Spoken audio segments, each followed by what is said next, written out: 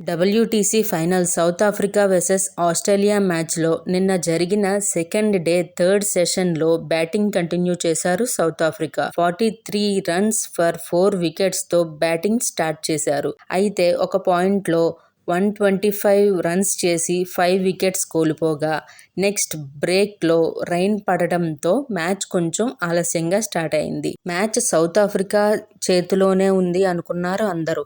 కానీ తరువాత Pat Cummins బౌలింగ్కి దిగాడు. తను బౌల్ చేసిన 4.1 ఓవర్స్లో 4 రన్స్ ఇచ్చి 4 వికెట్స్ తీసి విధ్వంసం సృష్టించాడు. దాంతో మొత్తానికి వన్ సైడ్ అయిపోయింది మ్యాచ్.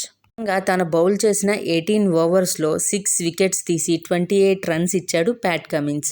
సెకండ్ డే సౌత్ ఆఫ్రికాకి 6 వికెట్స్ పడితే అందులో 5 వికెట్స్ ప్యాట్ కమిన్సే తీశాడు. ఈ రకంగా బౌలింగ్తో వన్ సైడ్ గేమ్గా మార్చేసిన ఈ ఆసీస్ ప్లేయర్ గురించి మీరేమనుకుంటున్నారో కామెంట్ చేయండి.